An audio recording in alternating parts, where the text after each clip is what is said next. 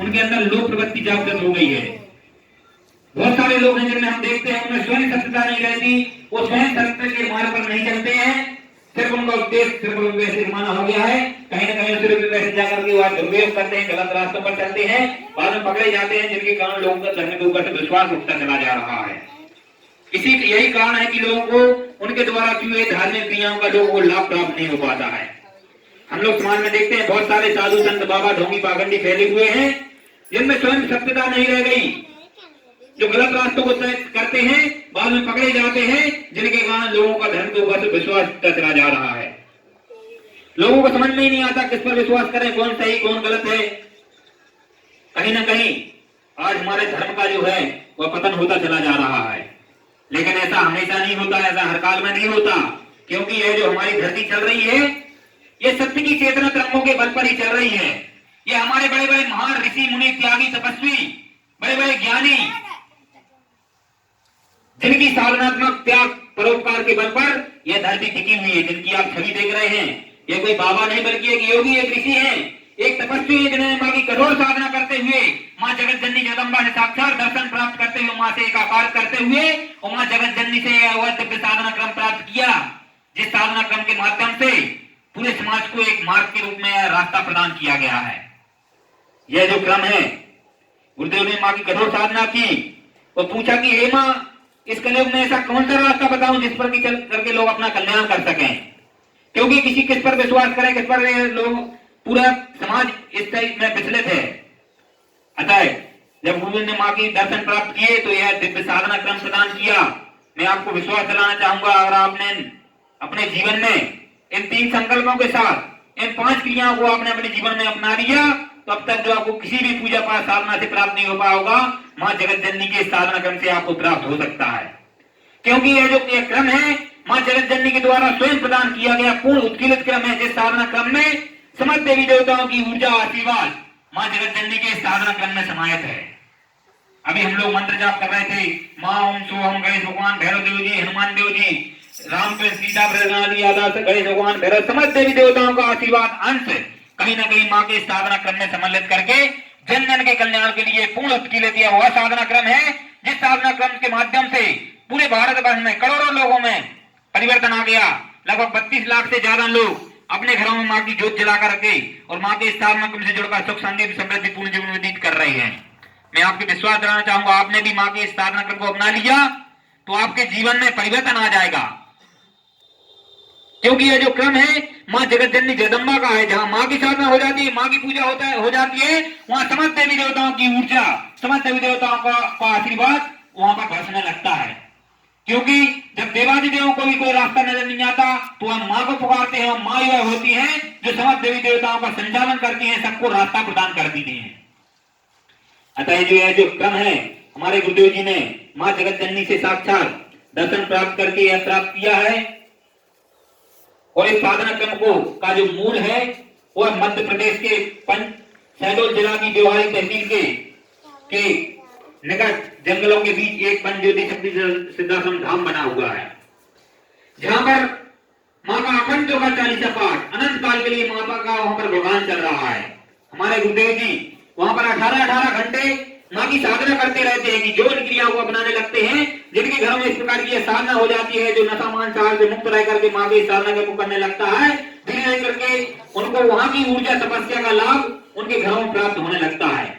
यह जो यहाँ पर साधना हुई, इसका कारण उसी के वही सिद्धाश्रम धाम से जुड़ा हुआ हो सकता है। अतः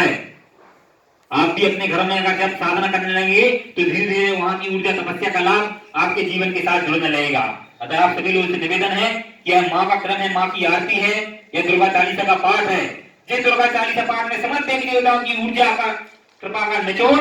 मां के दुर्गा चालीसा पाठ में सम्मिलित करके जन जन के कल्याण के लिए प्रदान किया गया है। आप सभी से निवेदन करना चाहूंगा, आप सभी रोज सुबह शाम कम से कम एक दुर्गा चालीसा का पाठ जरूर करें, क्योंकि अगर अपने घरों में एक चालीसा पाठ कर लिया तो वहां पर चल रहा है लाखों दुर्गा चालीसा का पाठ की ऊर्जा का फल आपको प्राप्त होने लगेगा। और धीरे धीरे करके आपके जीवन में जो भी समस्या, जो भी आप जिस किसी लक्ष्य उद्देश्य को प्राप्त करना चाह रहे होंगे, आपके घर में सुख शांति समृद्धि आने लगेगी, आपके जीवन में परिवर्तन आने लगेगा।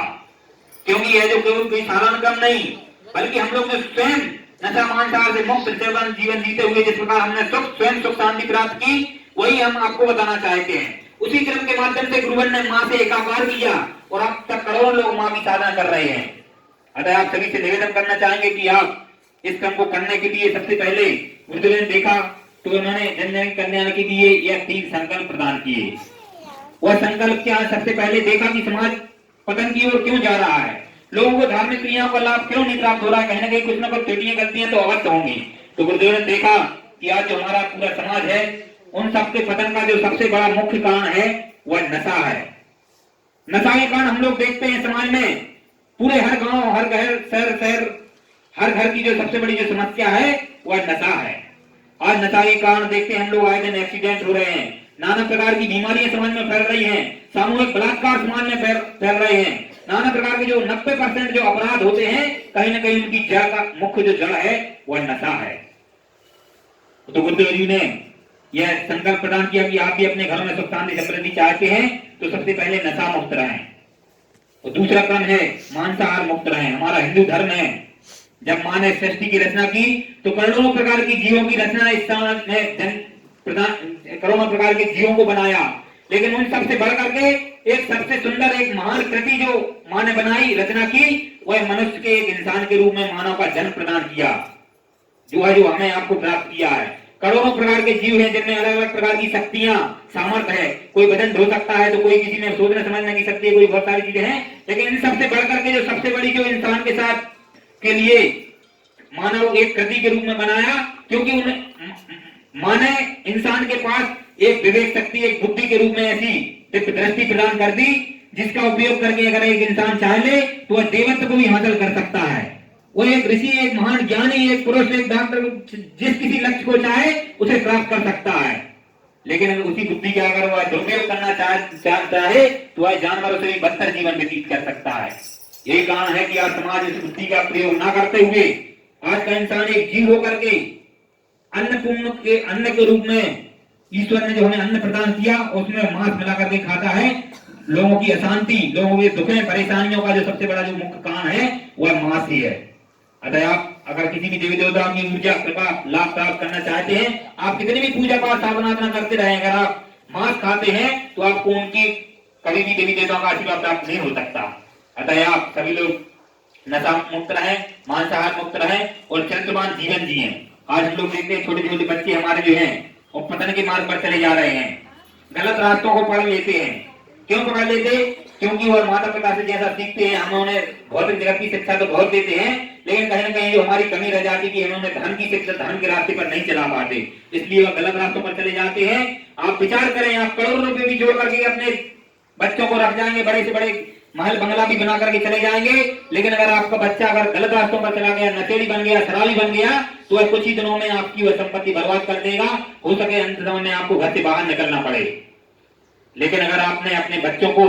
सत्य के रास्ते पर चला दिया, धर्म के रास्ते पर चला दिया और एक रुपये जोड़ करके भी नहीं रख करके जाएंगे, तब भी वह आपके लिए जीवन जीने का कोई ना कोई रास्ता ढूंढ लेंगे और आपको कभी घर से बाहर निकलने की जरूरत नहीं पड़ेगी। आज 90% जो वृद्धाश्रमों में देखे जाते हैं, जिनके जो लोग वृद्धाश्रम में होते हैं, उनके बच्चे बड़े बड़े पढ़े लिखे डॉक्टर, इंजीनियर, बहुत बड़े बड़े पदों पोस्टों पर होते हैं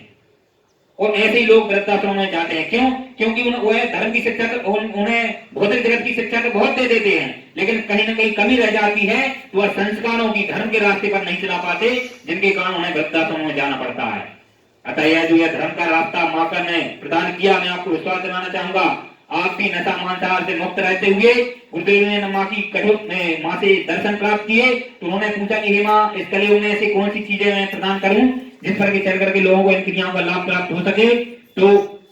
माँ ने स्वयं आशीर्वाद स्वरूप इस कलयुगी भयावहता से बचने के लिए, हमारे और आपके कल्याण के लिए यह 5 चीजें प्रदान की, जो मैं अभी आपको बताना चाहूंगा कि अंशु एक बार की बताएंगे। 5 चीजें जो गुरुदेव माँ ने आशीर्वाद स्वरूप इस कली काल से भयावहता से बचने के लिए जो प्रदान की, मैं आपको विश्वास दिलाना चाहूंगा। अगर आपने 5 चीजों को अपने जीवन में अपना लिया